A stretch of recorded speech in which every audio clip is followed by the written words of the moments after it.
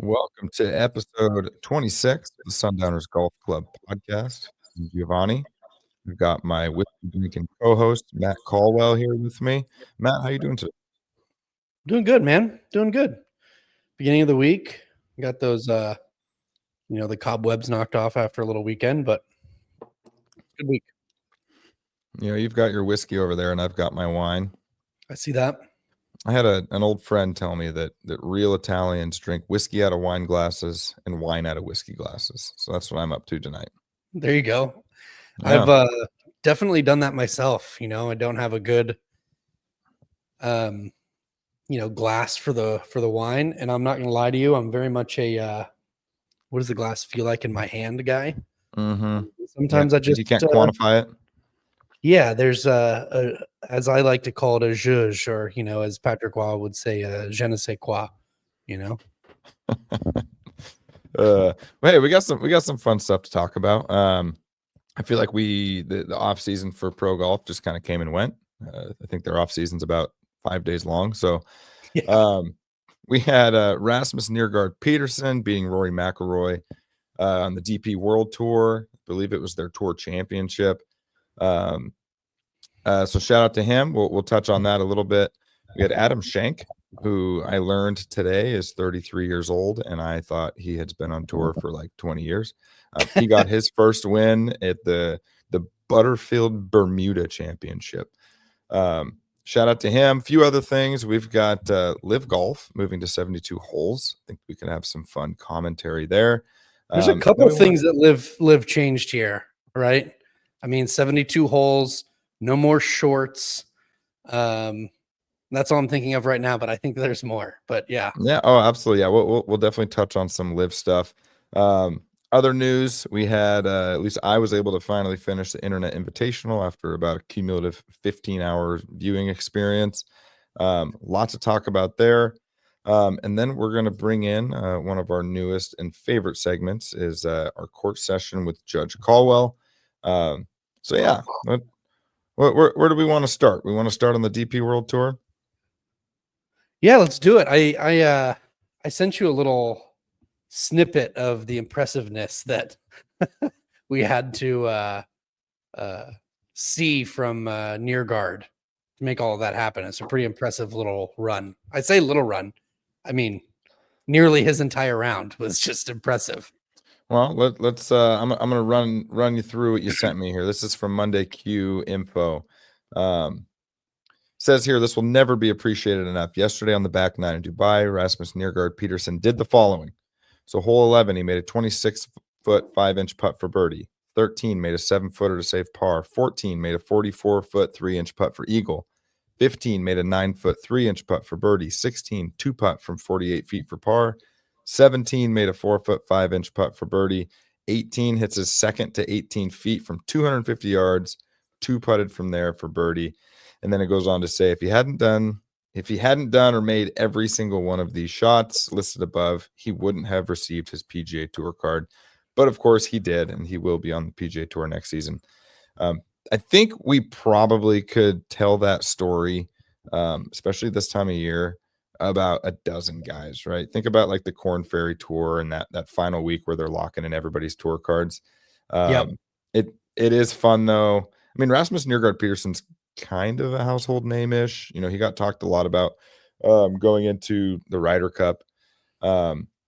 It's kind of cool to see him get his flowers. He won at a big stage, and of course he beat Rory McIlroy.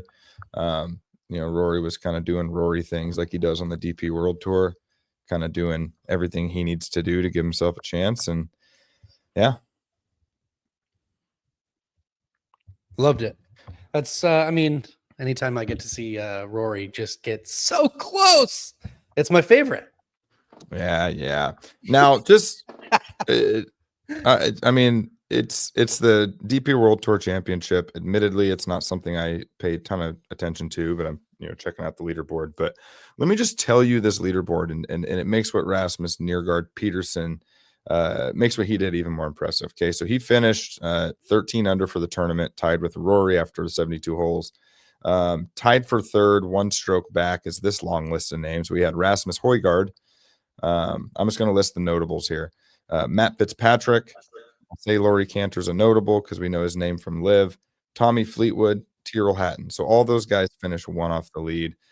2 off the lead, we had Ludwig Aberg, Justin Rose, Nikolai Højgaard, and then just 3 off the lead, we had Shane Lowry, and that's it for notables that were in the mix. But he was beating some dogs.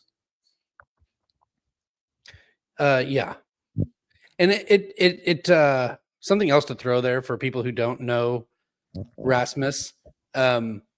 He's in the top 100 in official world golf ranking, top 50 in according to Daily Golf, and he's a top 20 guy, number 15 specifically in the DP World Tour. So not quite the the little known guy story so much, but that run staring down the barrel against Rory McIlroy is always going to be fun, regardless of who it is, but especially when it's somebody who's trying to get their PGA Tour card. Yeah, I mean, admittedly, when his name was getting thrown around during the Ryder Cup, I would see his name on the leaderboard only because I've heard it, talked about in the media. So I started to notice a little bit of his game, but admittedly couldn't really tell you much about it. But I think a win on that stage against those names could be awesome for his career. He's going to remember this with quite literally half of the Team Europe Ryder Cup team within 3 strokes of him. So that's pretty cool to see. Hopefully we'll see more out of him. It's interesting that in the top 3 there were 2 Rasmuses or Rasmi. Yeah, what's the plural of Rasmus? Rasmuses, Rasmusi, I don't know. The Moosen and the Meesen and the Rasmussens. Yep. Okay. And then moving on to the PGA Tour. Like I said, we had Adam Schenk get a win. I saw a couple clips of him putting one-handed at times. Got to do what you got to do, man. Did you see this? Yeah. Sometimes you just got to do it, man. Did you look into that? Like, what's the story there? For a second, I had to make sure I wasn't watching episode 1 of the Internet Invitational. No, I didn't look into and investigate why he was putting one-handed, but I feel like anybody who's golfed for a couple years knows. I mean, he probably tried it and it worked. And he's like, you know what? We're just rolling this thing out here. Let's just get this thing done. I'm reading up on it here. I mean, you putt left-handed and you're a right-handed guy. So are you really that much different? Yeah, you're right. I mean, I always tell people it's cheaper than therapy to switch to left-handed when putting. So maybe he's thinking the same thing. He's just saving himself a copay. Because I'm an expert, and I say that because I'm not. But when people ask me about what clubs to get, right? When you're the resident single-digit handicapper in the office, right? You are, the guy, right? And so people are, what club should I get? What club should I get? And when it gets to putter, I always go, just use the one that you like.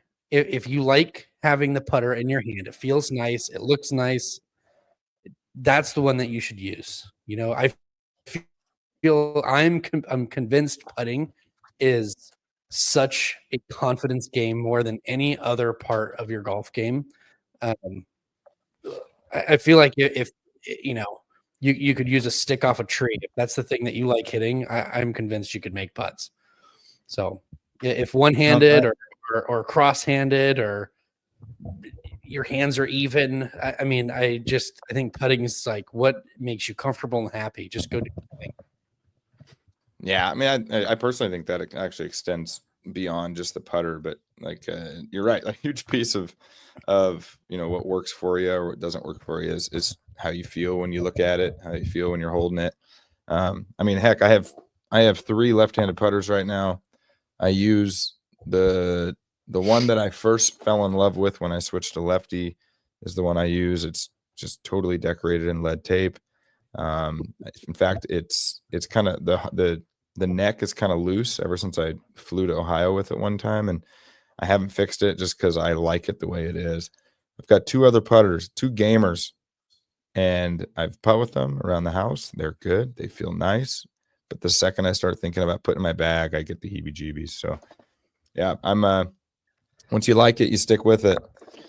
I'm in the market for a new putter. for no other reason than I just want it. And I go back and forth between finding one that needs a little love and I get to put in the TLC myself and, make it pretty again or if I just get a nice new one. I think I'm gonna end up doing the one that needs a little TLC and I make it, I make it pretty for Matt's sake. But that's the Wilson 8802. I want one desperately. I think it might be one of the sexiest golf clubs that's ever been made. So if you see one, let me know. I want it. 8802. The 8802, yeah. Yeah, I'm gonna take a look at it here. So why do you want to get one of those? I just love looking at it.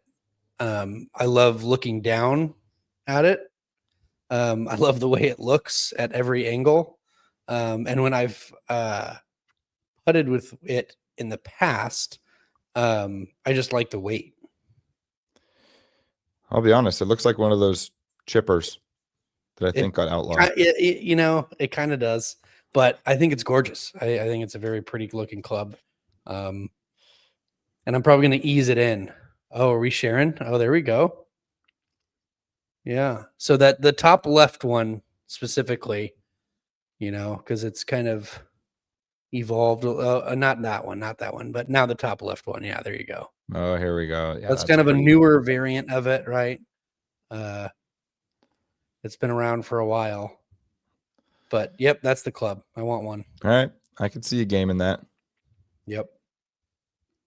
If Jared's listening, he remembers Goldie. I don't know who made the club. The only markings on it was stamped on the bottom. It said 24 karat gold. It wasn't. And if it is, I'm glad I still have it. But it's very similar to the 8802, but it was a garage sale fine. And I was like, I just like the fact that it's ridiculous and gold. And then I met Brandon Squires and I stopped gaming that putter because he's got the two guys in a group with copper looking Scotty. So now I got a Scotty. Yeah. All right. Going back to like golf advice and people asking golf advice, you're right. And I don't even think it's because you're a single digit. I think when people find out that you really like golf, or every time they reach out to you, you're golfing. So they're just like, oh, this guy's a big golf guy. And you immediately become the person that they ask questions about, want advice from. They want to hear your thoughts on X, Y, or Z. And the big one is swing tips. You're playing with someone that's kind of new and they're like, what's something I could be working on? And I'm always like, first and foremost, you do not want to be taking golf lessons from me. So I don't want to ruin your entire golf hobby right out the gate. And two, I don't know that we're quite there yet, even to start giving tips, right? I mean, no. I played with some people, played with a guy I worked with, and he actually had a good like natural swing. And when he hit it well, he just had a fade, like a 10-yard fade. That's and he sick. kept asking me, he's like, God, he's like, I keep slicing it. And I'm like, wait a second. I go, what you just hit right there was not a slice. That's a straight ball. for people like us, that's a straight ball. But he couldn't get over it. He wouldn't stop asking for advice. And I would throw a couple things out there that's not gonna, mess with this golf game throughout. Just, hey, try aiming a little more left, stuff like that. But you know what I was reading is that this newer generation of golfers, the fade is what is ideal. They want the fade. Like you and I came up and the draw was like, you wanted to hit a draw, right? If you were hitting the golf ball correctly, you were hitting a draw, period, full stop. And you could cut it if you wanted, but the ball shape, right, was a draw. But now I was reading that the draw is kind of falling out of favor, that like power fades and cut are like the ideal shot shape. What do you think of that? How do you feel about that? We've talked about it on this here pod before, where who was it? The guy that was he won the British Am, the kid from I think Oklahoma State. Oh yeah, that's right. Yeah. He doesn't hit anything but a fade, and they even talked to him about it, and he said, I don't know how to hit a draw. I couldn't if I tried. And he's out there winning, serious amateur events. And I think that's becoming a little bit more common. And that's not to say that, these guys, they can punch their way around a tree if they have to snap hook something. But I think everybody's just sticking to a stock shot, that old adage that you say, remove half the course and you're going to shoot lower scores. So I think a lot of these guys, they just stick to, what's the phrase? Dance with the girl you came with, right? They just have their shot, and that's their strategy. Well, heck, if you hit it far enough anyway, right, it doesn't really make a difference. No, I will say, a few years ago, 5 years ago, my bad shots were obviously slices. That's everybody's first bad shot, right? Is you're slicing just the crap out of the ball. But then as I started to get a little bit better, like my stock shot was a fade, but because of my age, I was like, well, I'm not hitting the ball right if I'm hitting a fade. I got to hit a draw. And so I just like practiced my butt off, and now I hit draws.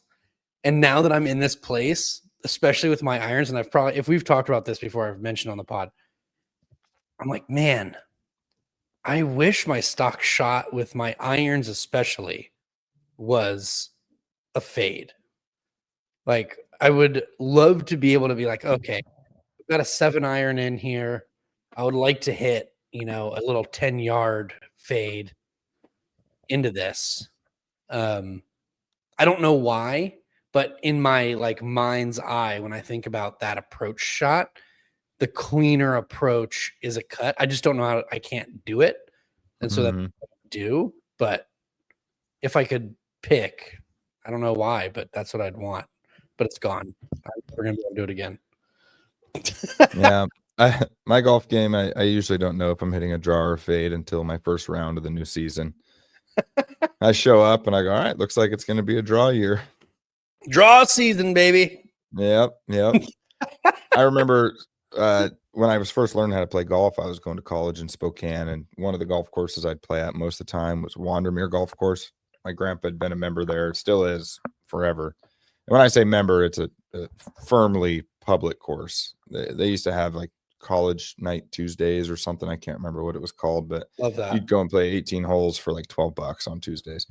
My grandpa always called it the poor man's country club. Fun course, but the first tee shot is a dog leg left. That it's not a hard hole by any stretch of the imagination, but if you don't hit a draw, there's just not enough room to hit like a straight ball or a fade around the corner. And there's a little pump house. There's a little pump house for the pond where they used to have a driving range into the pond, and that's where the floating balls would funnel to. Anyhow, I just was always hitting my tee shot into this big pump house and either grinding for a par or getting bogey or worse. And then one season, first round of the year, I step up and I hit this beautiful draw around the corner. Wasn't even trying. And that entire season, I just played a draw. That was my natural ball flight. Love that. Yeah. All right, Matt. So we're touching on all the major golf leagues here. We've touched on the DP World Tour. We've touched on the PGA Tour. So now let's move on to the next major competitive golf league, and that's Live Golf. The LPGA. Yeah, you're right. You're right. We'll touch on that. There was some later news on too. the LPGA we can discuss. Let's do Live first. Let's do Live first because Okay. I'm tinkering with these little banners and I kind of like them. Oh, I've already clicked on the Live Golf banner. So Live Golf, Live of course is Roman numerals for 54, which of course is as they say the perfect round of golf. 54 again, also being at least at some point a prize that they announced if anybody ever shoots a 54. I think that was announced that they had a $54 million prize. I'll fact check myself on that. But anyway, Live Golf has announced that they're moving to 72 holes. Does that make you feel anything at all? I do actually have contending thoughts on this. And I think that I'm a fair person to ask because I'm not. There's like this weird division of like pro-live people and anti-live people. And in my opinion, you can't trust either of those people. I could give a hoot one way or the other. It exists. I casually pay attention to it. It is what it is. my first thought was it makes sense. It makes sense. We were told, and we're gonna find out here. We were told that the big hang up for OWGR points was that they only played 54 holes. That was one of them. That was one of the things. So now they're moving to 72. So if that's true, that's the reason why they did it, right? I understand the other piece is the no cut issue. That's not. I don't see a way that that's going away. But I think moving to 72 gives them a really big argument to say we're doing the things. You guys said 54 wasn't enough to somehow say some of the best golfers in the world are competing against each other. Give us our OWGR points. So this is their attempt to do that. My pushback on the OWGR piece is, at least as I've understood it, that was not the main hang up. It was a hang up, but I don't think that they didn't have a workaround for it, right? I mean, there's been PGA Tour events that only finished 54 holes, like Pebble Beach last year when Wyndham Clark won. They couldn't finish 72. They couldn't even finish or start the last round, so they ended the tournament after 54 holes. They still factor in OWGR for that. The biggest hangup for LIV and their OWGR eligibility is their qualification or lack of qualification process, right? They got guys like Thomas McKibben, who just signs a deal and he's on LIV. Anthony Kim is probably the best example of they just can handpick guys and put them in the league, which I guess broadly speaking, like that doesn't matter. It's their league. They can do it how they want. But that's the biggest hang up from an OWGR standpoint is they don't have a pipeline to get into the league, but then they want to assign OWGR points to their tournaments. In theory, we don't have a clue how good or bad some of these guys are. But the 54 hole piece, I'm asking if it makes you feel any certain way because at first I did the whole eye roll thing, like, oh, of course, that's 54 holes are moving to 72. I think it kind of makes sense. I guess I don't know. The thing I don't like about it, I guess, is the whole pitch. When the league started, they wanted to do a fun twist on things. They wanted to make golf but louder was their phrase. They're doing the shotgun starts. They're trying to get 4-hour rounds in, better for viewers, better to watch on TV, all that good stuff.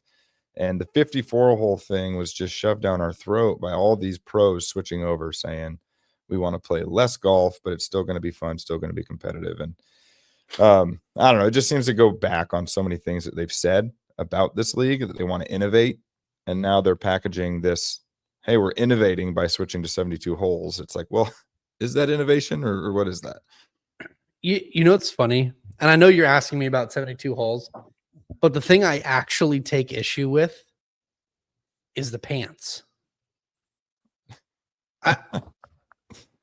My emotional pull takes more issue with the pants thing. I'm like, well, but why? Nobody was talking about the shorts. There's no OWGR reason. There's no reason to switch from shorts to pants. There's zero reason. Now, is that a new change? Yeah, there are no more shorts. It's all pants now, just like the PGA Tour. So I'm looking here. It looks like it was earlier this year, actually, that Pat Perez reported. He was quoted saying that players will be wearing pants all year. I got it confirmed the other day that players have to wear pants. This was in February of 2025. So that just was like a quiet rollout of a rule change. But I'm with you. I guess I'm like, it's almost, I think I kind of like that going into the LIV Golf, right? You have a list of things you like, things you don't like. One of the things I like is, let them wear pants. Some of the guys would still wear pants. Sergio Garcia wore pants all the time. But then you got guys like Cam Smith who seemed like they were chomping at the bit to wear some shorts. And then they're wearing the long socks that are matching the uniform. I think I kind of like that piece. Give them the option, right? So moving to pants, I'm just like, I don't know how to say it other than just repeating myself. Like, nobody was saying anything about it. So moving to that just seems like an attempt to be the same thing. And I think that is more, what do you want to call it? Like, like a bigger identifier to they're just trying to be like the PGA Tour, but just with different pool of money, than moving to 72 holes. Like, in my opinion, moving to 72 holes makes sense. I understand why they tried to do 54. They pushed it. They made the attempt. It just doesn't kind of fit what we feel like a pro golf tournament looks like. And so they're like, okay, fine. 72. Like, that move made sense. Do I like it? I don't really have a feeling one way or the other. But nobody was complaining about the shorts. What? Now, I got to put my hand up on this one really quick. You said nobody was talking about the shorts. Nobody of note. Matt Hansen and I over the years have definitely mentioned the shorts. It's usually, a bit tongue in cheek, but there's something kind of jarring about seeing guys that you watch their entire career all of a sudden wearing shorts. They got kind of their knobby knees and their long socks, and maybe. But what we were getting at was it's harder to have good golf style with shorts than with pants. Well, I think you can, but you just kind of have to be, smart about it. I will say that, like, pants are kind of the established look, but I think you can pull off some stuff with shorts. You just have to be conscious of the sock and shoe pairing, right? Like, the socks play a bigger role if you're in shorts. What they should have done is, instead of requiring pants, they should require everybody shave their legs, like on I know it's not a requirement, but like professional cycling and like endurance sports, most of those guys shave their legs. It looks nice. Man. Nice little sheen to their legs on those hot summer days. You know what I didn't know? I learned this maybe you were also friends with a swimmer in high school, but I was friends with a swimmer in high school, and the season was about to start, and we were at like some sort of hangout, right? Barbecue, whatever. And she was wearing shorts, but she had like a lot of hair on her legs. And I was like, what's going on with that? And she's like, oh yeah, we don't shave our legs until we qualify for state. And I learned this I was like 15 or 16, that all of both the men and the women on the swim team at my high school didn't shave until, right? They were either didn't qualify for or qualified for state and went to state. And I was like, well, does that really like matter? a reverse playoff beard? A reverse playoff beard. But the reason is they would, like, they're swimming with the extra friction. I'm like, well, how much extra time are you pulling up? And this girl I was friends with, she's like, well, I gained like 2.5 seconds on whatever run she was doing. I was like, it feels like a significant amount of time that you're shaving off, pun intended. Yeah, right? Literally. So yeah, maybe shaving your legs, is a requirement on the live tour. I don't know how we got down that path, but there you go. 2.5 seconds in a swim meet. I don't know if I buy that. That's what she said, and she never lied to me. All right. Well, hey, to go back to the 54 hole thing, I did see here. I remember when this was happening. So they had this perfect round of golf, which was 54, which is birdieing every hole on a 72 hole course. Yasser Al-Rumayyan had said that there's a $54 million award for every live event for anybody that shoots, quotes, a perfect score in golf. I haven't heard that talked about probably since the league started rolling out. I wonder if that's going to change. Is that still in play? Maybe we should get a chunk of, like, a small percentage for shooting.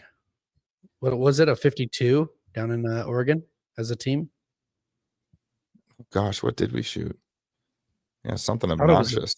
I thought it was a 52. It might have been. It was that day turned into a circus at a certain point. I felt guilty with every birdie or eagle we got. I've talked about it a couple times. People will bring up scrambles, and for a long time, I was part of this community of those scores don't exist, right? That's not a real score. Nobody shot that. And then I was a part of one. And I remember, I don't think I'll ever forget the feeling. The defining feeling for me was at number 9. It's that par 5. And we had like a 50-foot putt for through the fringe.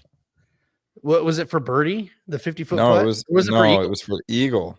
It was for eagle. And I remember looking at this putt going, we might 3-putt this. Like 3-putting this is reasonable because we were so far away. And you were leading off our putting for a couple reasons. One, felt like you were the bad putter of the day, but then you were draining stuff. And so we just kept sending you first. Mm-hmm. And you were looking over this. And I think 50 feet might be conservative on the number. When I tell people it was like 95 feet, that's usually what I say. It could have been 95 feet might actually be closer to what it really was, because it was a really wide green and we were all the way right and the pin was all the way left. Yep. And I remember I was standing right behind the line, like facing down the line. And I remember you hit the putt, and about halfway, I said out loud, "No way," because I just knew it was going to be close. In my head, I'm thinking, if it has enough steam, this dumb ball might go in the hole. And the closer it got, it was tracking. And I remember it drops, and I'm like, this is an unreal, like, this isn't a serious thing. Like, I'm living in like an alternate universe. Like, this, how is this happening? Like, that was the defining hole for me, was the 9th hole. It's funny. It's funny that that's your defining hole, because I have another one that summed up our feeling on that day. Because just going into that, we had that par 4 that I drove it to like 3 inches on. I've shared that picture with so many people. That was obnoxious. Tap in eagle. Like, you guys all stayed in the cart. We're just laughing, having a good time. Next hole, we hit it to 4 feet, make the birdie. The hole after that is when we made that eagle. And then we get to 10. You hit a drive to maybe 12 feet on the par 4. You make the putt. We move on. We're laughing, having a good time. We get to the next par 5, and we had, I think, an 8-iron in, and we hit it. The closest ball we had was maybe 30 or 40 feet. I go up and I hit the first putt, and of course it goes in for eagle. And all of our reaction was just to crack up laughing. We all just start laughing. We didn't celebrate. We didn't react in any other way other than, of course it went in. Of course. There was that one, and I think Amanda has video of this one. I'm trying to remember if it was a par 4 or par 3. I think it was a par 3, like a long par 3 somehow, or a short. I cannot remember. It may have been actually a long par 4, but the pin was in the back, and we had to hit over a creek, and it was an uphill putt, and the best ball we had to choose was on the front of the green. Do you remember this one? Do you remember this putt? I do. So the pin's in the back, and it's another one of those, like, we got to keep this streak going, because at this point we were hunting for a score, and we send you off first, and the guys in the group in front of us at this point, because we were just hooting and hollering on every hole, are standing on the tee box, not golfing. They're watching us play golf. So we hit the shot, and they're standing watching us, and I'm thinking, this is going to be the end of this run. And you drain this putt, and I just like, and maybe I'm thinking of the same hole you were just talking about, where I'm thinking it's a par 4, but it may have been a par 5. Is this the same one where Amanda has the video of it going in up the hill? Yep. In fact, okay. I've got the clip right here. I'm going to share it. Oh my God. Here we go. This is amazing. Where's the audio?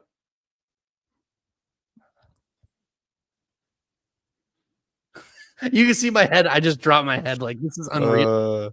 I don't know if we got the audio in there or not, but unreal. It's just so funny. I think, any other day, that's like a fist bump moment. That's like, hey, let's go, let's rally it up. But we just couldn't miss that day. And honestly, shout out to Jason that day. Jason was our, I guess, caboose for that round. He kept us steady. He was the engineer, man. Let's just be honest. He's more the green on every par 3. Every par 3 he hit the green. No, but hear Probably me out. that we didn't Leading into score. the day, he was our short hitter and he was our high handicapper, right? But he kept us high and tight. He didn't miss a green on any par 3, including that 220-yard par 3 that we all missed the green on. He gets it to pin high. Yeah, he was our workhorse. Well, he did that, and the other thing he did was every drive he hit the center of the fairway. And so our worst case scenario, we had an okay look into the green. And so you and I would step up to the tee box and just absolutely just try to take the leather off these balls. I mean, I was swinging so hard on every tee shot. I don't know if I've swung that hard on every driver swing ever in my entire golfing career. But I was swinging so hard. So I don't know if I don't even know if we talked about it on the pod or not, but what we're talking about was we went and played in Buffalo Peak, which was in Union, Oregon. What is that nearest to? LeGrand? Yeah, just outside of LeGrand. Fun little course. We took 4 of us sundowners. We were going to a wedding later that day, actually. So we just rounded up the troops and we showed up and played. And it was, as Matt described, just one of those days where you just felt guilty with every birdie because we were just slowly creeping into the no one's going to believe us category. This putt here was the last one of the day for birdie. It was a wonderful day. Here's Jason. Oh, here's Jason putting one on the green for us. That's right. This was the 220-yard par 3. Oh, yeah, it is. Yeah. Hits it to pin high. Yeah, delightful day. It's kind of fun. I'm learning how to do all these fun little. Oh, here we go.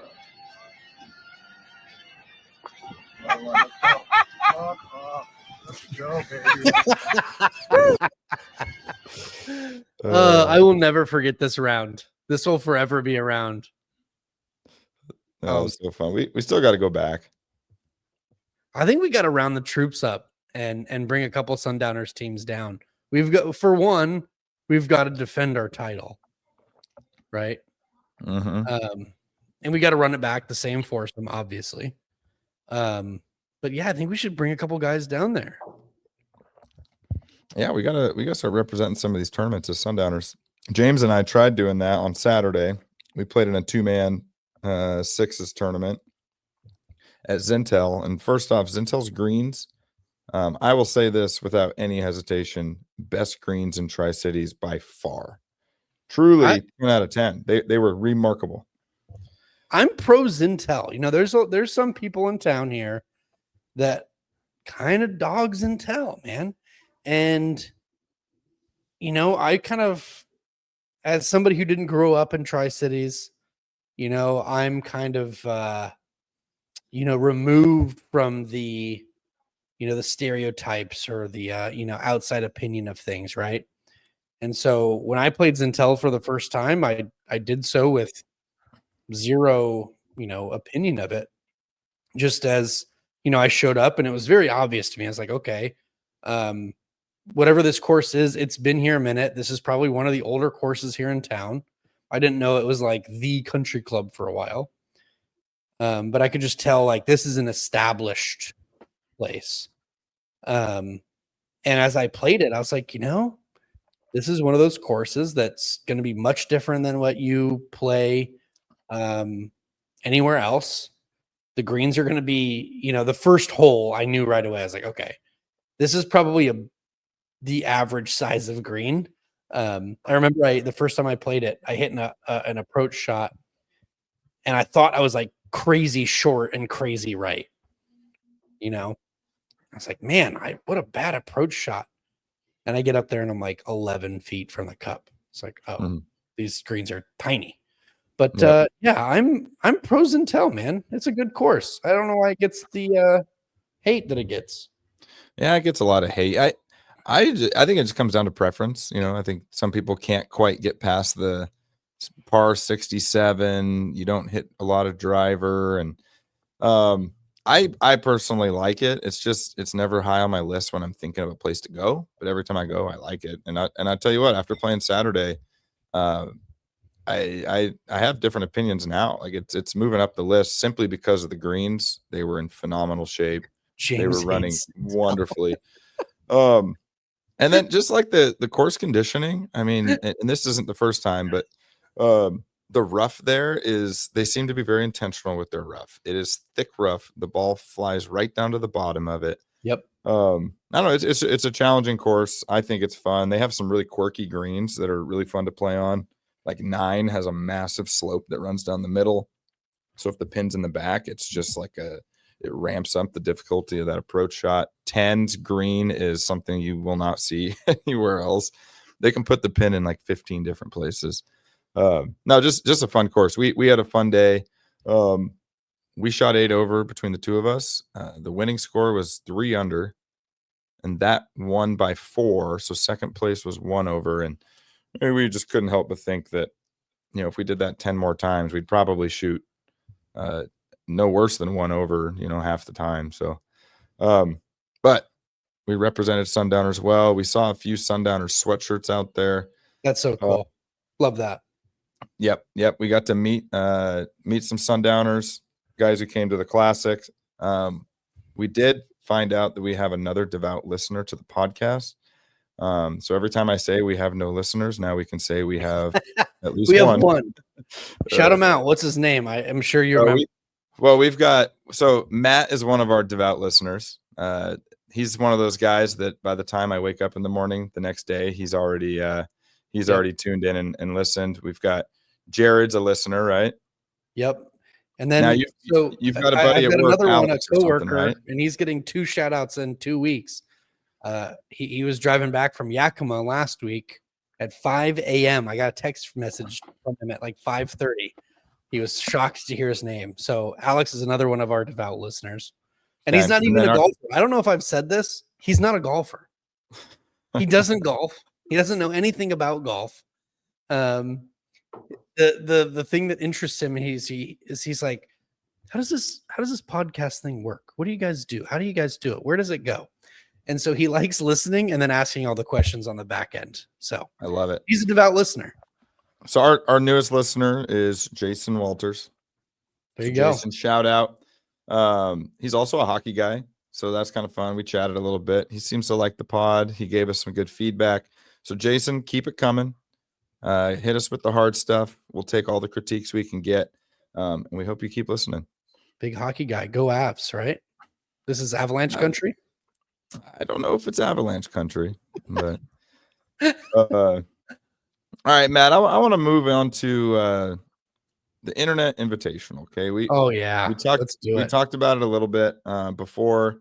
I felt this way before. Now that I've finished it, I feel even more about this, more strongly about this. I truly think the Internet Invitational was like one of a kind. I think they executed it so well. I think it was better than any of us expected.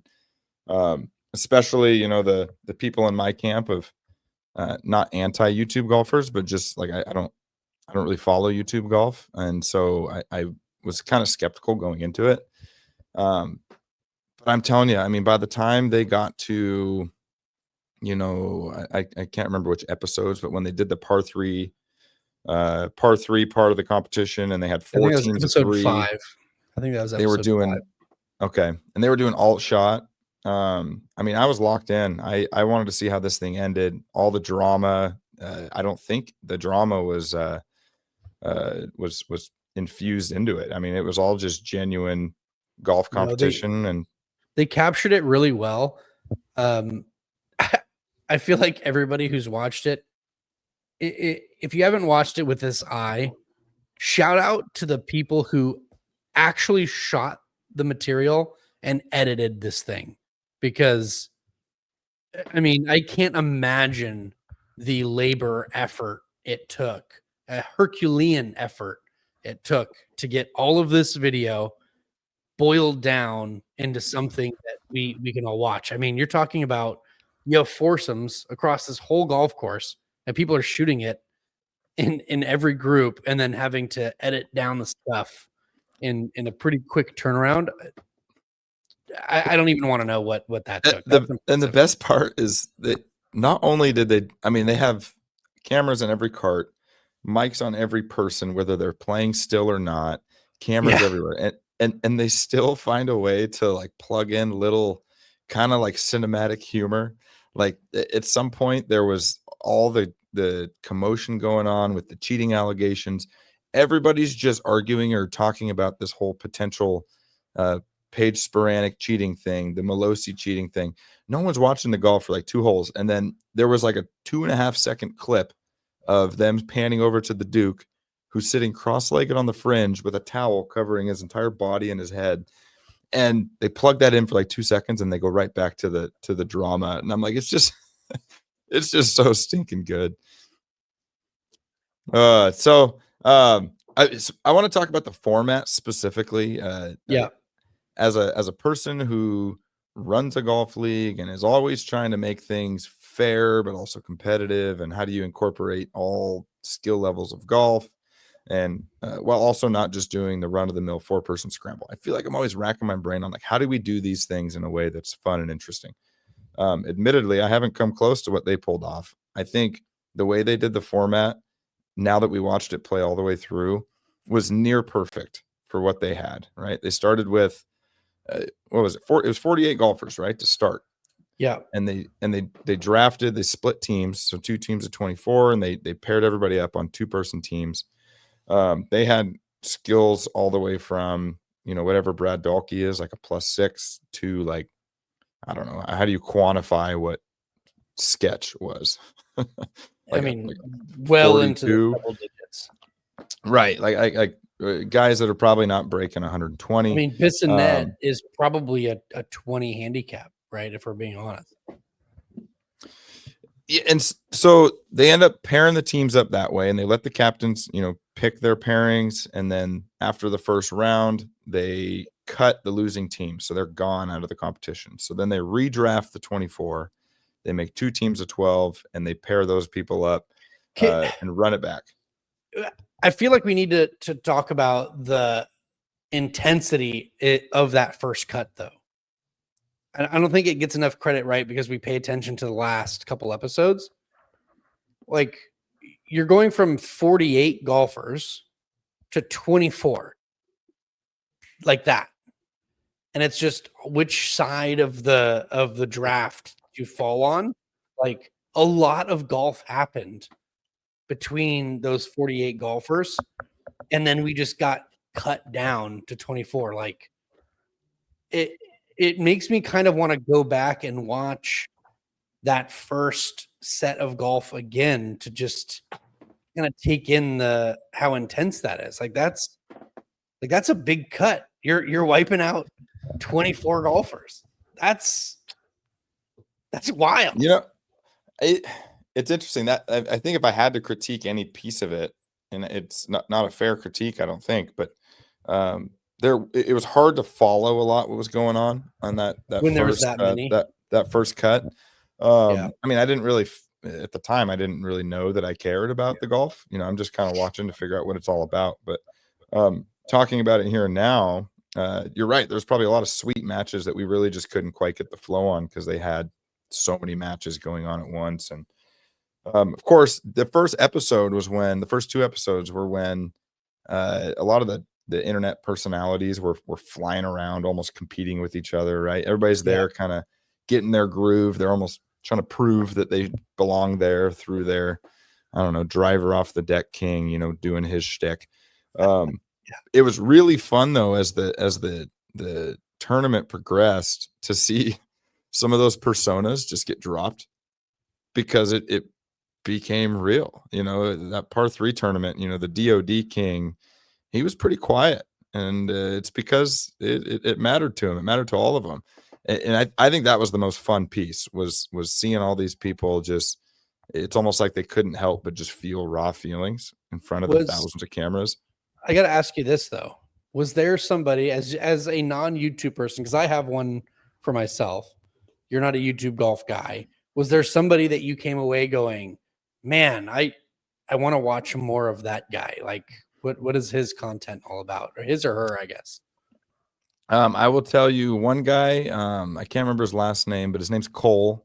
He played with Riggs a couple times. He's kind of the shorter, skinnier guy. He's got kind of a southern drawl to him.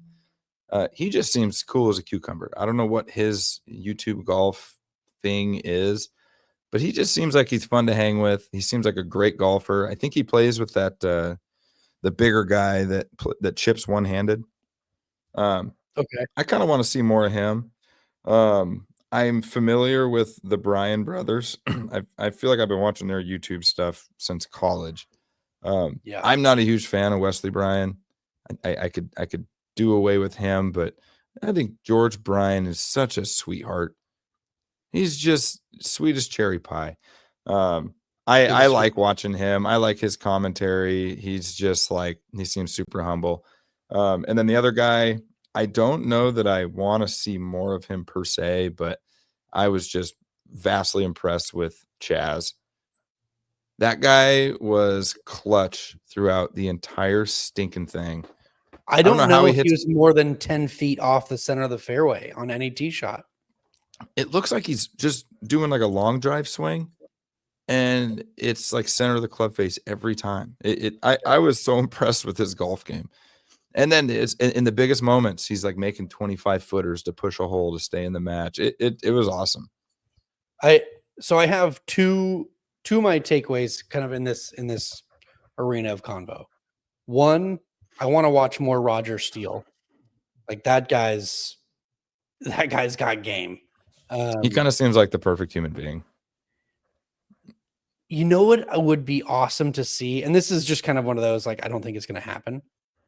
If I could give Frankie Borelli the competitive pill, like the thing that just dials him in instead of makes him waffle, I think he'd be a really good golfer. But he just gets in his head. And like the fact that he made it as far as he did in absolute panic mode the entire week. The guy was in absolute like paddling for his life mode. And he still was, I mean, frankly, kept, in that final episode, him, Page, and Melosi afloat is impressive. Like that was kind of the two like big takeaways. He's kind of the butt of the joke a lot of times, within their landscape. But he's a good golfer. He did really good those last two rounds. I was impressed. I mean, he obviously is susceptible to the, what do they call them, butter knives, Frankie. Frankie. Yeah, it's a butter knives, Borelli. Implemented nickname. Yeah, but yeah, he played great. No, I hope there's more of these things to come. I hope it doesn't spiral into maybe something less serious, because I think that was my favorite piece of it. Was it reminded me of Sundowners in a lot of ways, of like, we do these things, it's kind of fun. We just mainly do it to hang out with our friends. And the competitive piece is like a byproduct that you don't really see it coming until the season starts coming to an end and we all start to dial up the competition, and it just feels very organic. And this one, for a event that was all of the internet's biggest personalities, I was surprised at how genuine the event and the drama and the competitiveness felt. Yeah, it did not feel contrived at all. Now, do we dive into the actual drama? Yeah, so you know what? I'm gonna blend our bit a little bit here. All right, blend it.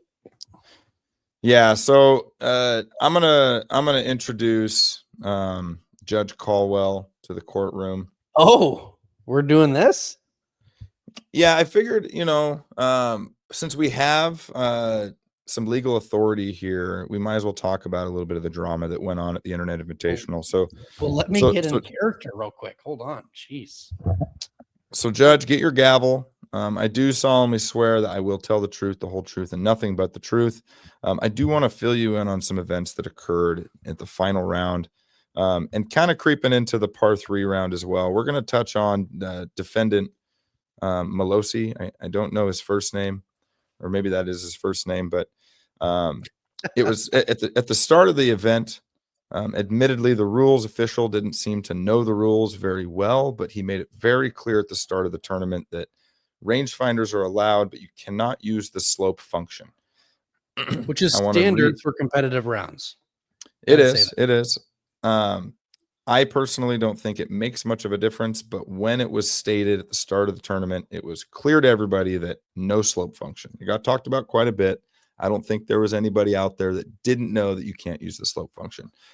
So it came up during the par 3 tournament. Melosi stepped up and used his rangefinder to get a yardage, and he told his partner Paige, he said 137. And then we had Micah. I can't remember Micah's last name, but Micah's playing, and he has his rangefinder out, and he asks him, he goes, "What'd you say you got, Mo?" Mo says 137, and he says, "Do you have slope on? Because I got 145." And they're, maybe 6 feet apart. I don't know. And Melosi says, "No, I don't have it on." And then they continued on, no issue. The next day in the event, this was, I can't remember which hole. It was probably halfway through the round. They were all Hole square 10. at this point. Hole 10, they were all square at this point. And there were some accusations getting thrown around that Melosi might be using the slope on his rangefinder. So it's getting around all the golf groups. Everybody's starting to talk about it. Witt came over and actually let Melosi know, "Hey, guys are wondering if you're using your slope. Are you using your slope?" And he says, "No." Camera footage catches Melosi getting into his cart. He had it attached to the metal frame behind him to his left. Okay, so he grabs the rangefinder. He looks at it, and it appears he uses his thumb for something. I don't know if he pushes a button. I don't use rangefinder, so I don't know how to turn on and off the slope function. He does this, and he sets it beside him. And then a few moments later, he grabs it and attaches it to the metal frame in front of him. When he was asked about this, Melosi goes on to tell the rules official, Dave Portnoy, he says, "Well, yeah, I was just grabbing it because I was going to give it to somebody so they could look at it and make sure the slope was off." Dave Portnoy says, "Well, but you didn't hand it to somebody. You got to admit it looks kind of weird that you grabbed it and set it beside you." Ultimately, he said, I was not using the slope function. I didn't turn off the slope function in that moment. And he even put his hand up and said, "Hand to God, I did not use the slope function." And that was the end of it. So, Judge, now that you know the facts, I want to hear your thoughts. Do you think Melosi is a cheater? Is he a liar? Or is he innocent? Yeah, I think he's guilty on all counts here. He was cheating. In my eyes, the video from the cart, it's very evident. A Callaway rangefinder, and the slope function was right there on the thumb, right where he was at. That's where it's at. It's just a little slide. Boop, boop. It's easy. That easy. And he grabs it, puts it in his lap, and you see him as he's in here, flip his thumb. When you're getting accused, and here's the crazy part, he didn't need to use the rangefinder in that moment. He's already used the rangefinder. So there's no reason for him to grab the rangefinder other than he's just been accused of cheating. So 1, he doesn't need to touch it.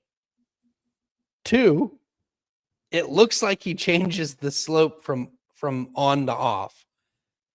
And then 3, says he gave it to somebody so they could look at it, but doesn't. So on 3 factors there, he's full of it. But the most damning evidence is the fact that we can see him change the slope from on to off. You can see it. You watch it happen.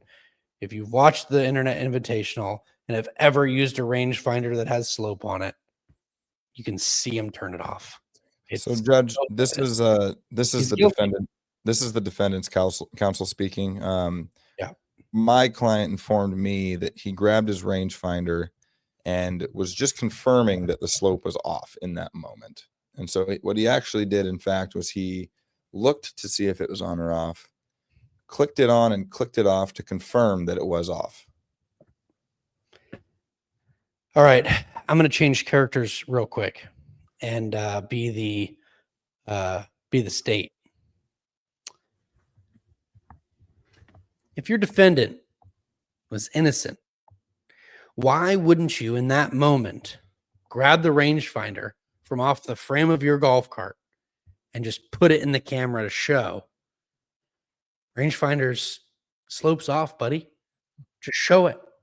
But instead conceals the rangefinder, appears to turn it off, and then continues to hide it afterwards.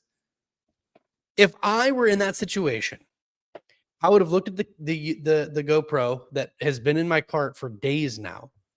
And I go, watch this. I'm going to grab my rangefinder now. I'm going to narrate the whole thing. I'm going to grab my rangefinder and I'm going to show you that the slope is off. I'm going to grab it, and without touching anything, I'm just going to show it to you. See that? Red, green, red, green. Slope's off. And I'm going to set it down. That's what I'm going to do, and I'm never going to bring it up again. But he didn't do that. Do you know why? Because he's a liar.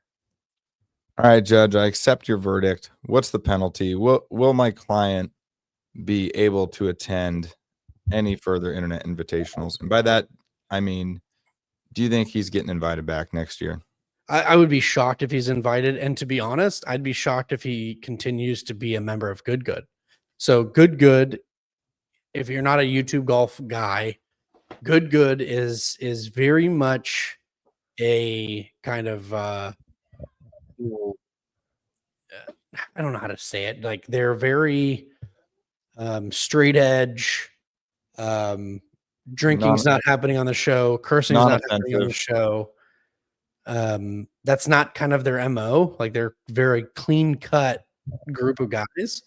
And I would imagine a severe and significant cheating allegation in an event where money's on the line is probably a pretty bad look, right? So I would be kind of shocked if he continues to be a member of Good. Yeah, I think, all bit aside, I'm with you. I mean, everything he did, his demeanor seemed to change. He was really quick to say, "Oh, my ball moved" as he's getting ready to putt. Right? It really came off like a guy who's trying to just over the top try to prove to the world that, hey, I'm playing straight. Yeah, I'm with you. If you're not using slope, if I'm standing there when Whit comes up to me and says, "Hey, they think you're using slope," I would say, just go grab it. Right. In that moment, go look at it. Go grab it. I don't have to touch it before you grab it. Okay, so we got he's guilty. Now, kind of going on at the same time as all of this. Same hole. This is the same hole. Was another allegation. Okay, and I'm going to present the facts to you as I know them. Okay. And this is me, Giovanni, from my point of view. Okay, so they had a tee shot. Believe it was Frankie Borelli who hits it right into this long kind of cheat grass. The camera picks up on Page hit it there. Page hit it there. So the camera picks up Melosi going to grab a club, and behind him is Page kind of moving grass around. Okay. Of course, the camera doesn't show the ball, but it's clear that she's, kind of pushing grass down. Admittedly, like a lot of people that you and I golf with, right? They proceed to hit the shot, and it comes up later. I think it might have been Fat Perez who brought it up. He's like, "Hey, I don't really know where this fits," but they were trampling down the lie so they can get a club on it. Of course, I think it was Peter Finch. Oh, that's right. It was British Peter golfer, Finch. Peter Finch. Now, Melosi goes on to hit a really good shot from out of there. And You're about, I don't know if you said this, but they were about 190 out for the grass pushing down situation. So it was a hefty distance. And of course, Judge, you know the rules on improving a lie, especially if it's not a loose impediment. Excuse me. But moving forward, there's a lot of discussion on how do we approach this, and ultimately, Dave approached Paige and had said, "Hey, we're being told it was Francis.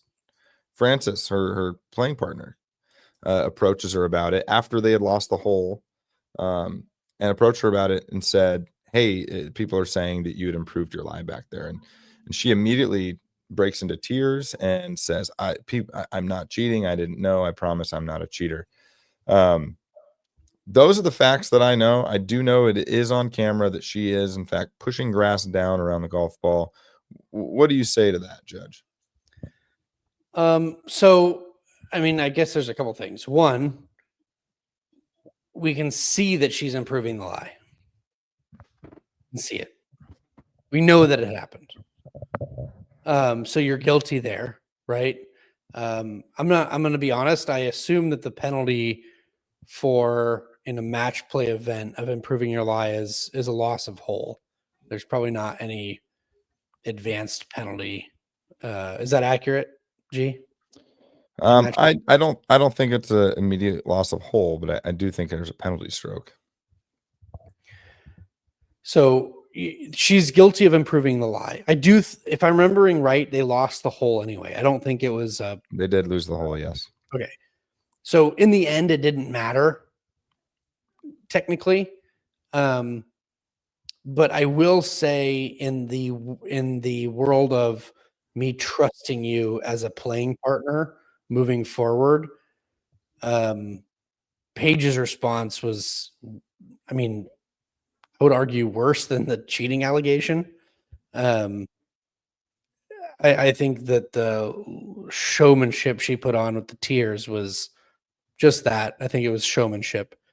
There's not a single person who's played college golf who doesn't know improving your lie isn't against the rules. I mean, it's one of the first things you learn when you get into golf. Play the ball as it lies. I would argue that people getting into golf learn later that there are ways to improve your lie using the rules rather than the other way around.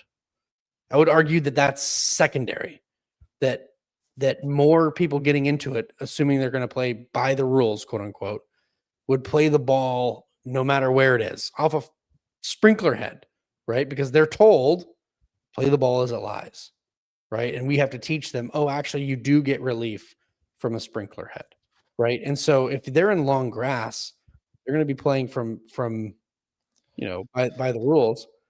They're just going to hit the ball. And so for a college golfer to pretend, I didn't know. Oh, I had no idea. Now you're lying. You cheated, and now you're lying about it. So, Judge, this is the defense counsel speaking again here. I would argue that her tears were nothing more than my client admitting that she accidentally broke the rules and she was showing signs of remorse. But now you are calling her a cheater and a liar. So was it the tears that were remorseful or the words she used? Because the words she used was that she didn't know. And why do we think she didn't know? Or why do we think she did know? Couple things. One, she played college golf. And two, she had a smart aleck comment, you must have never played competitive golf on hole 1. So if you're going to have a comment like that with all the, confidence in the world, you better know the freaking rules, darling. And guess what? Pushing grass down in front of and behind your ball when you smoke one into the weeds is against the rules. It's kind of like the first rule that was written. Hey man, play the ball with lies. Cow shit. You have to play it out of cow shit. Okay, so we got 2 guilty clients so far. Super guilty. Tough day for the court. I'm with you 100% on the Melosi one. This is bit aside here. I'm with you on the Melosi one. The Page one, I'm not quite convinced one way or the other. I don't know how somebody would break into tears like that unless they just were simply crying because they got caught and they were embarrassed by it. But at least in the moment, I didn't have the feeling that Paige was intentionally cheating. Might have been some recklessness and carelessness on not knowing the rules, but I'm pretty neutral on it.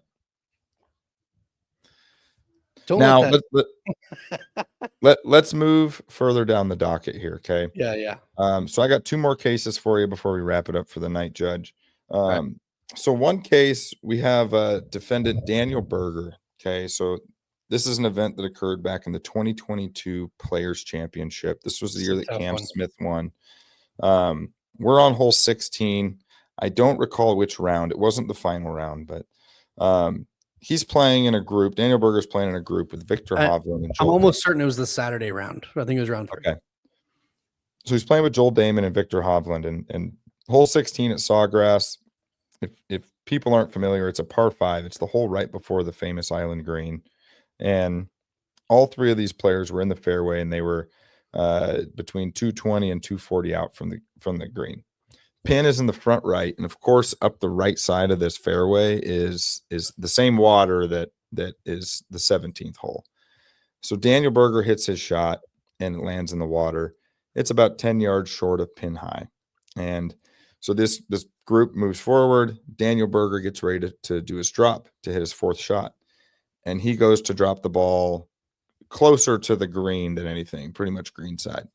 And Victor Hovland and Joel Damon had a problem with that. And they confronted him and they said, no, we think it dropped back there. Okay, so in the moment, they're kind of arguing. It looks pretty heated. They're kind of arguing back and forth. Daniel Berger stating his case, saying, no, I hit a cut. It started left of the flag, and the wind was blowing off the left. So he says it cut at the end, and this is where it crossed. And these guys are saying, I didn't see that thing starting anywhere left of the flag. And you're right, it did cut into the water. So your drop's back there.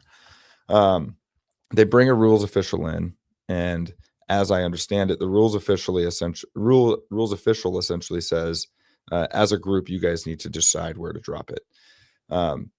What they ended up doing is they compromised and dropped somewhere in the middle.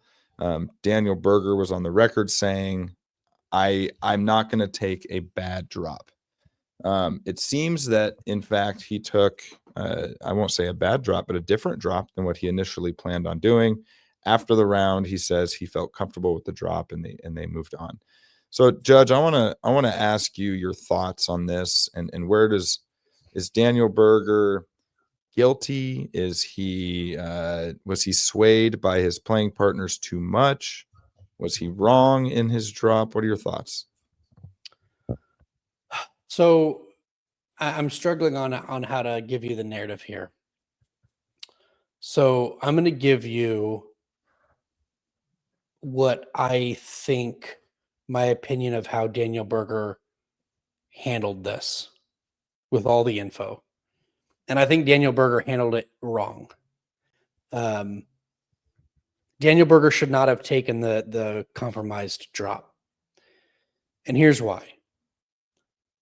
Daniel Berger had the best line of sight of his ball.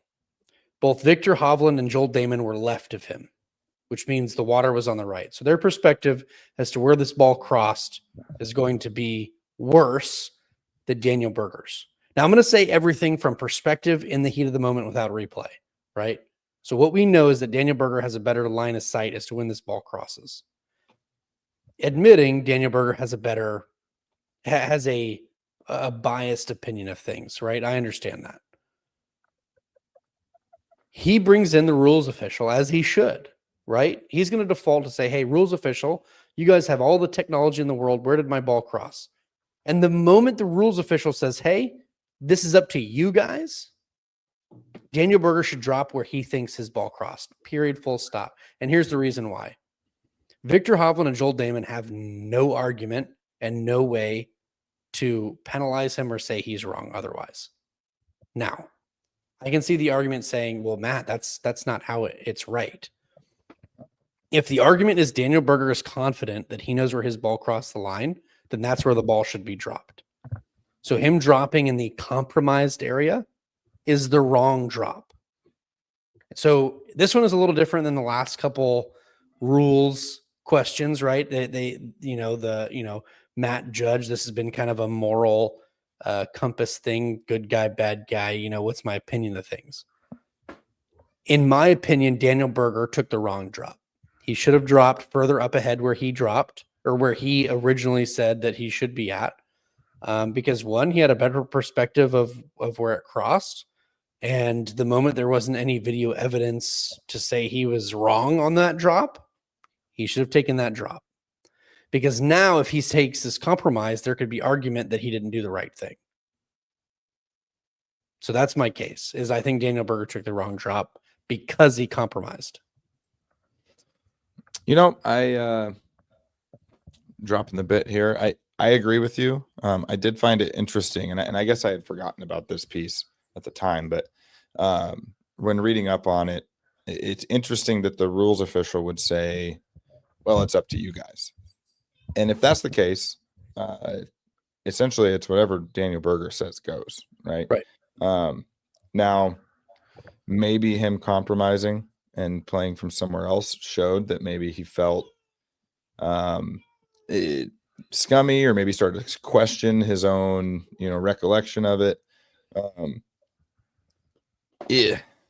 It does seem like if his big stance to begin with was, I'm not taking a bad drop, I know that's not where it crossed, so I'm not dropping there because that's a bad drop, would almost make you think, well, then he's not going to compromise either and split the difference because that's also a bad drop. So if I'm on anybody's side, I think on this, I think it's the way it panned out is probably the best possible scenario, because if Daniel Berger chose to drop in his original spot, I do think the narrative may have spun into Daniel Berger's cheating. And I don't know that that would have been the case if he took his original drop. No, I agree. I think he took the path of least resistance. He took for career longevity, I'm going to take this drop because God forbid something comes up and I might be wrong. I'm going to look like an absolute nightmare person. And so he just took the compromise. So he kind of had a way out. I understand why he did what he did. But now that we're this many years removed, right? 3 years removed, there is no evidence that he was wrong in his first assessment of the dealings. Now, if you have the replay, do you have the replay lined up? I'm going to say this before you play it. No. So they did look at the replay, and they said that the rules official, the rules committee, I guess, had said that after looking at the cameras, they don't have a camera angle that definitively says where it crossed the hazard line. I agree. There isn't a camera angle that definitively says. However, you have the down the line shot from the tee box that's facing the flag. And his ball, because we have flight, tracer, the ball tracer on it. His ball doesn't cross into the water until after the ball hits the apex. So the ball's well on its way to the flag before it crosses into the water. And so in my opinion, I actually agree, not just because of what you can or can't prove, but I legitimately believe that his ball was further up the fairway before crossing into the hazard than where he dropped. I firmly believe it.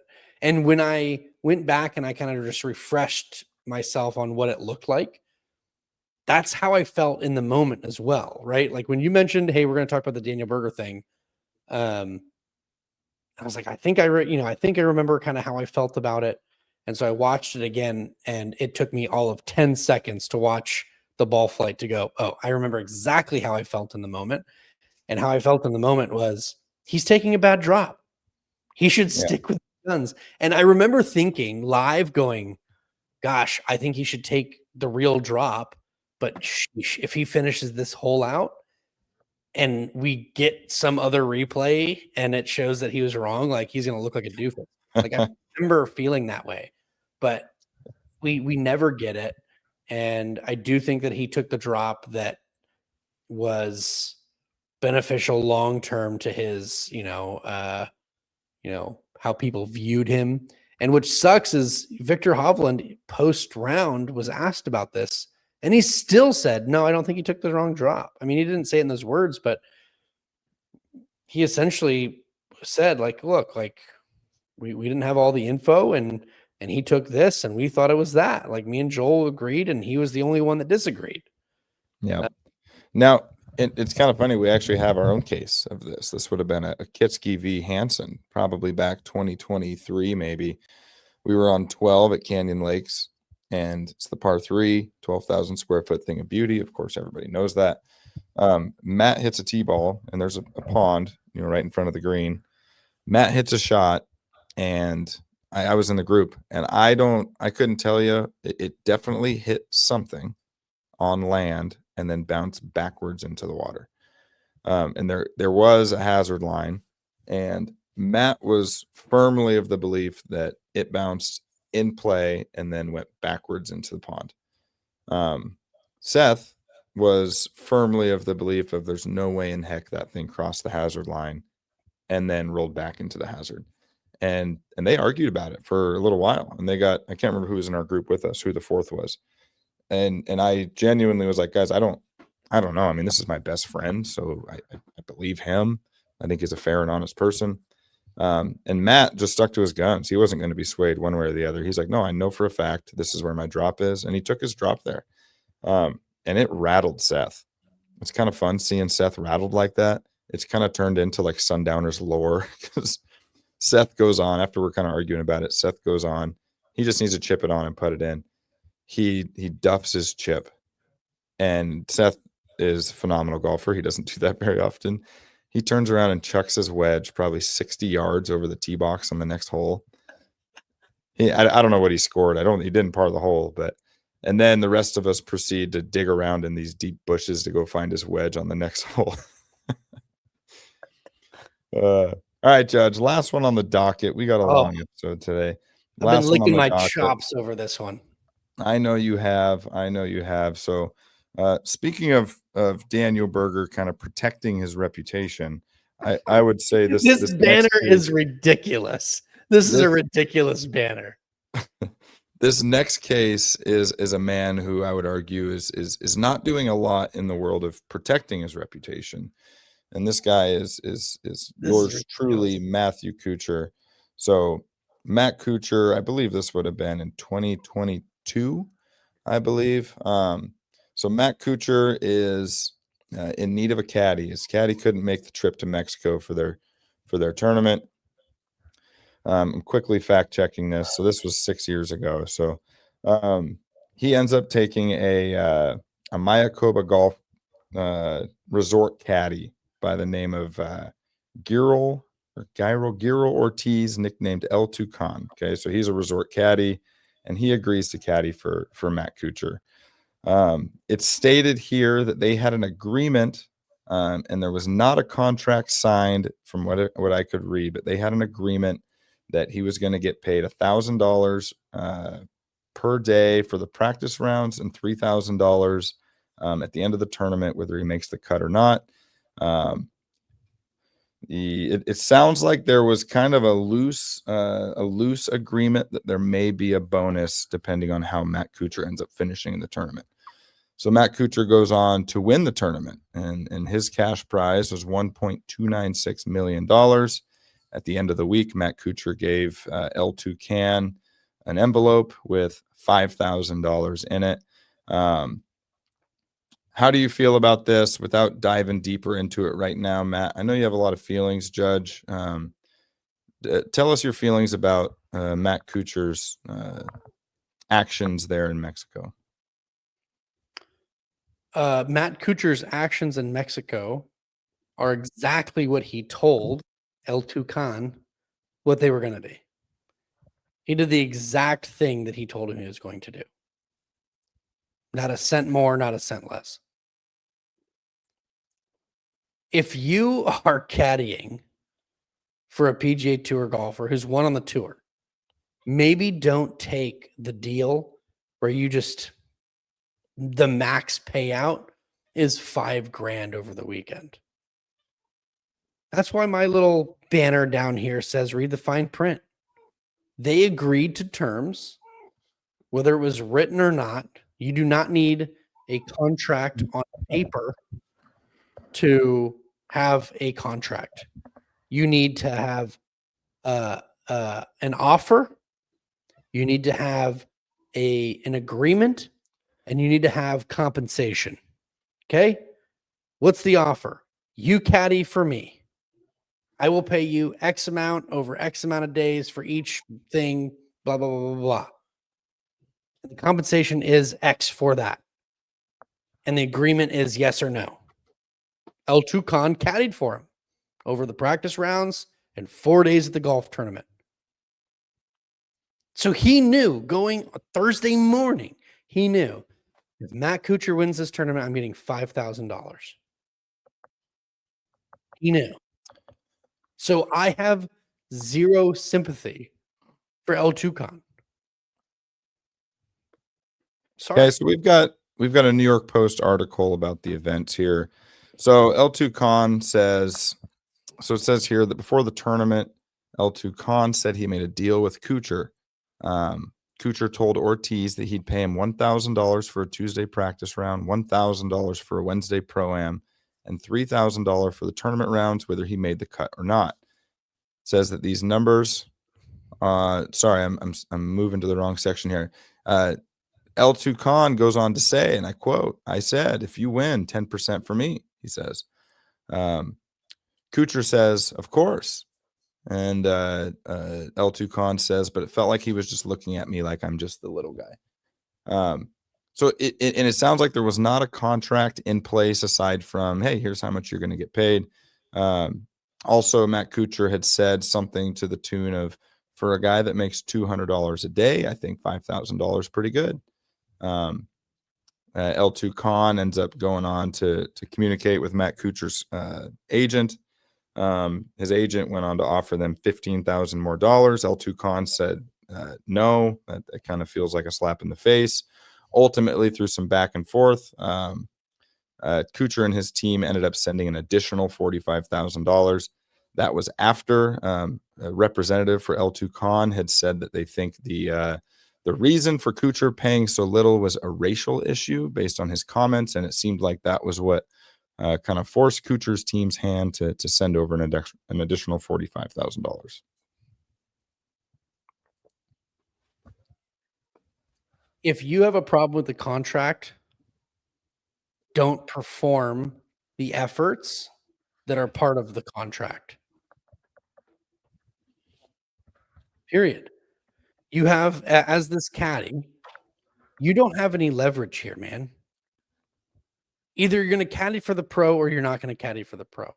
Either you want this experience to caddy for the pro during a pro tournament or you don't. Here's Hey, the Judge. reverse, because hold on. We've had a lot of L2 Con words. We've had nearly nothing from Matt Kuchar. Let me represent Matt Kuchar real quick. Hey, L2 Con, I could have picked anyone from your caddy shop, from your caddy shack, and won this tournament this week. I played that well. I could have picked anyone and won this tournament. I took you. You happened to get this money, and you agreed verbally or written down or whatever to take this money. And now, after I win the round, win this tournament, you're going to come after me? But Thursday, Friday, Saturday, I'm in the running. You didn't say shit there. You only say something Sunday after I get the check. That's really interesting. That's really interesting timing that you didn't say a GD thing Thursday, Friday, or Saturday. So racial, that's a really easy one to go, Matt Kuchar's racist. It's a really easy one to peg. He wasn't racist on Thursday, Friday, or Saturday. Wasn't racist those days. Just Sunday afternoon he was racist. So, Judge, we're going to go back to the moral judgment here, okay? So, Yeah. are you saying Matt Kuchar is a good guy or a bad guy for this? I'm not making a judge. Here's where I'm making the judgment. My judgment here isn't, is Matt Kuchar a good or a bad guy? I'm making a judgment here based on, did Matt Kuchar do the thing that he said he was going to do? And in this case, if he's a good guy or a bad guy based on he did the thing he said he was going to do, he's a good guy. So you think the good guy would say something like this, and I quote, "That was a tough thing on me and my family. It was really tough when I heard from my grandmother and she's reading headlines about her grandson. I think I've always tried to make her proud. I've got kids on my own. I try to set a good example." And this is, of course, him saying that this under tipping situation is, quote, "something I'm not proud of." Is this something a good guy would say about those actions? You have a guy who agreed to work for a certain amount of money and then only caused the stink after the guy who could have walked out of that weekend losing money. So theoretically, Matt Kuchar could have paid him all that money and missed the cut, gone home on Saturday morning or Friday night, whenever he flew out, and would have still paid El Tucan. Guaranteed El Tucan would have said shit if Matt Kuchar misses the cut. He only says something because he won. So yeah, I do feel in this case, I do feel bad for Matt Kuchar. Do I think a really cool guy would make a deal like that? No. If I was making an agreement with a local caddy, would I give him the same exact rate that my caddy that I generally employ? No, probably not, right? And I'm making numbers up here. If my general percentage to my caddy is 10%, I don't feel like a random guy I've never met has earned 10%. So could I see 3%? Sure. We can talk about 3%. We can go, I'll give you a flat rate for Thursday, Friday, and I'll give you a you know, a smaller rate, based on my earnings if I make the cut and play Saturday, Sunday. Right? Could I see that being a thing of how I would handle things? Sure. But here's the reality. El Tucan and Matt Kuchar made an agreement. El Tucan and Matt Kuchar knew all of the things that could have happened. They're in the golf world. Tucan's a professional caddy. Matt Kuchar's a professional golfer. He knows he could have walked out of there losing money. That's how it goes. And he won the tournament. Good for Matt Kuchar. And now he's having to deal with this caddy going, well, I was okay with making a bunch of money if you missed the cut, but now I'm really mad because you won. Nah. So, Judge, let me ask you to speculate here for a moment, okay? I'm hearing what you're saying. I understand your point of view. Let's say you are a professional golfer.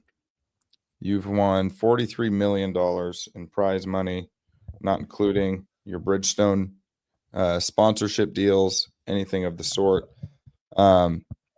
You end up needing a caddy. You hire a guy, and you guys agree on a flat rate of $5,000, win or lose. Mhm. You guys agreed on it. Let's say you even wrote a contract about it, and you both signed it. Fully agreed. Hey, here's how much you're making this week. Don't count on any more. But then you do go on to win. You catch lightning in a bottle, and you win $1.3 million. Do you think you're going to stick to $5,000 flat rate, or are you going to give him a little extra? That's not the question. That's the question I'm asking you right now. Sure. asking you to You're speculate. asking, do I do that? I'm asking you, do you think you would do that in that scenario? Would you give him a little extra since you just happened to win way more than you anticipated? So Matt Colwell would, right? Matt Colwell would probably tip the guy out if I won the tournament, right? I'd hit him up with more than what we agreed on. I would, but that's Matt Colwell, right? But at the same time, I'm going to defend the contract that Matt Kuchar and that caddy had. For the record, made an agreement. For the record, you have to have. There was no contract in place. That's wrong. That's not true. Just because nothing's written on paper doesn't mean there's no contract. Well, there's a guy who doesn't speak English and needs a translator for all communication. So he's speaking Spanish to Matt Kuchar for first 6 days?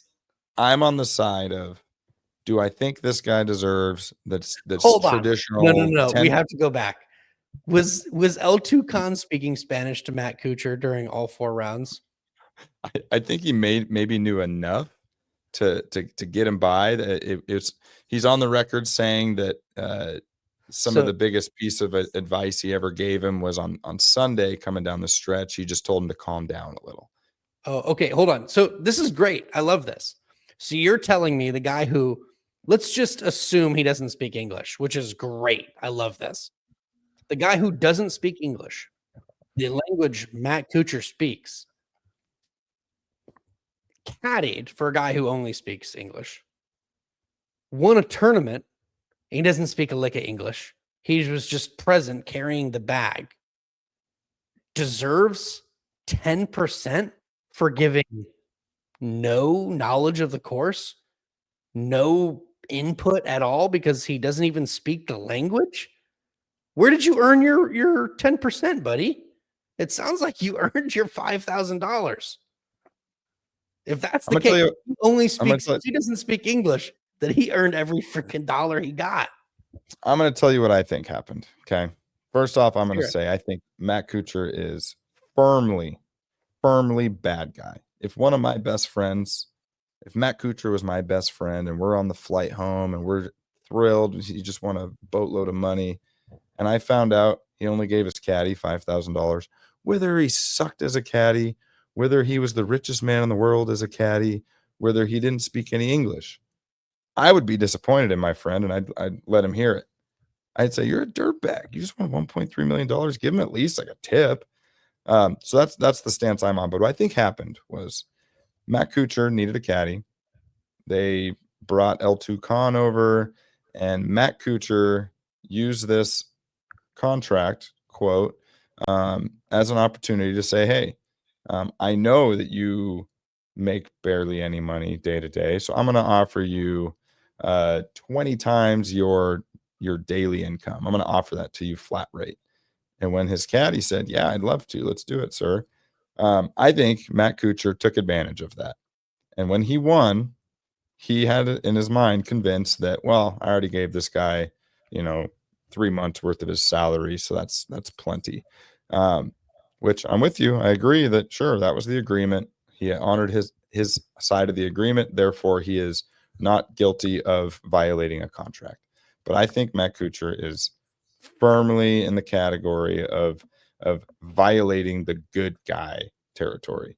I think it's hard to argue that Matt is not a bad guy in this situation. I just don't see it where even if he gave him an envelope with $5,000 and then another one with maybe just $2,000. I don't even know the number, but hey, because I won, here's a little extra. It's more than we agreed to. So I hear you, and this is all good stuff. But for this to be true, we have to flip it on its ear and we have to have equilibrium. Okay. So we agree that it's $1,000 for the practice round Tuesday, another $1,000 for the Wednesday round, and then $3,000 for Thursday through Sunday. So what if he misses the cut? So he gets $1,000 for Tuesday, another 1,000, that's 2,000 for Wednesday. And then we cut that in half, right? And so instead of 3,000, it's 1,500. So it's 3,500 instead of 5,000. And he goes, look, I missed the cut. You get $3,500. Are you okay with him paying less than the agreed upon terms in the contract because he missed the cut? Are you okay with that? No, they agree. Their agreement was You have to $5,000. have, hold on. If you firmly believe that he owes him more money than they agreed upon because he won, you have to agree that there can be the equal opposite reaction. That is not true. That is not true. Where's the equilibrium?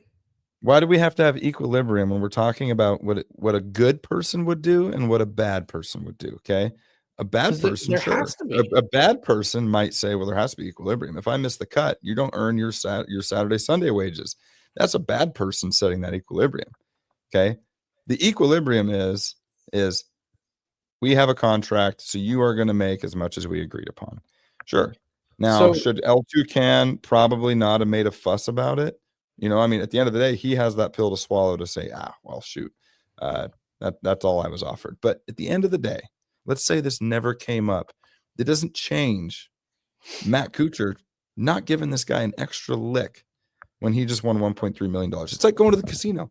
I'm not even a gambler, but I know as well as anybody that when you make big money, you tip the dealer, right?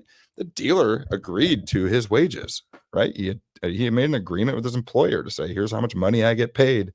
But people still tip him when they win. It's the same exact thing. Exact thing, especially when we're talking about such large sums of money.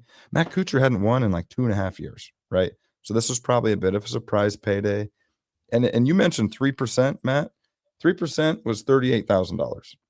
What L2 Can was given was 0.003%. Okay. So It's let me ask hard you to this. argue for this guy being anything but a bad guy. When he took, in my opinion, he took advantage of a guy who didn't speak English. He's never going to see him again. He's making more money than he makes in 3 months. Here's where this argument for me, and the reason why I stand so firmly on this, is because the only reason this is an argument is because he won. It would have never been an argument if he missed the cut. If he missed the cut, paid the guy $5,000, nobody would have talked about it. I don't think we should have talked about it. Why? What do you mean why? If he misses the cut, he pays the guy and we move on.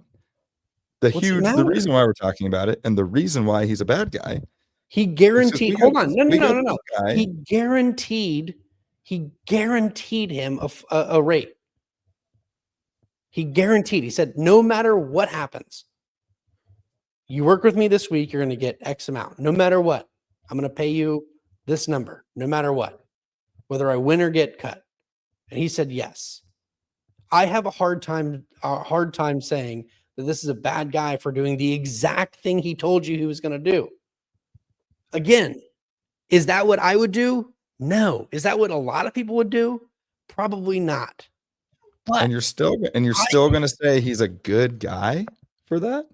He did the exact thing he said he was going to do. So, man, I can't be mad at that. I always call you a scumbag, but I always thought it was a bit. It's not a bit. Do the exact thing. It's not a bit. This is. I told you this is a take, and this is the take I've had since it happened. When I learned about this thing, I was like, well, hold on, let me figure this thing out. And I learned. Well, you're doing the pinky in the air thing again. You're doing the what do the words on the paper say? What did they agree to? Nobody's disputing what they agreed to, Matt. Nobody is saying Matt Kuchar deviated from his agreement. What everybody is saying is Matt Kuchar agreed to pay the guy a large amount of money, especially relatively speaking, considering this guy's salary. But he won $1.3 million and gave him nothing extra. Anybody else? Anybody else would have given the guy a tip. In this argument, you stated that the caddy doesn't even speak English. Who cares? Who cares? What did he do to earn 3% of what he earned? Who cares, Matt? You're telling me a good guy is going to say, well, he doesn't speak English, so he doesn't deserve a tip. No, what I'm saying is there's goods and services. I'm going to do the thing that I paid for, right? If I say, hey, I'm going to give you X amount, no matter what, whether I win or get cut, do you agree to these terms? Yes. Okay. Then here we go. Right. So if I do a good job on I live in the world of contracts and margin improvements or not. Right. So if I kick butt on in a project that I'm running, I'm not going to the owner of the project going, hey man, I made a lot more money on this project than what I let on. We really are ahead of schedule, financially speaking. So I would like to send you, a change order. So to make sure you get some of your money back because I did so good, right? Like I was shooting for a 15% margin and I got a 22% margin. So I'd like to give you some of this money back because 15 is plenty for me. No, you agree to the terms. You signed the contract. You got the exact money I told you were going to get. All right. So, hey, we're getting long. We're getting close to kid bedtimes. I need to hear the final judgment, Matt. This is a moral judgment. Are you deeming Matt Kuchar a good guy or a bad guy for his actions in Mexico? Matt Kuchar did not lie. He did the exact thing he said he was going to do. He's not a bad guy. Judge, it's your job to make the judgment. I need you to tell the court, is Matt Kuchar a good guy or is he a bad guy? In the case being presented today in court, Matt Kuchar is not a bad guy.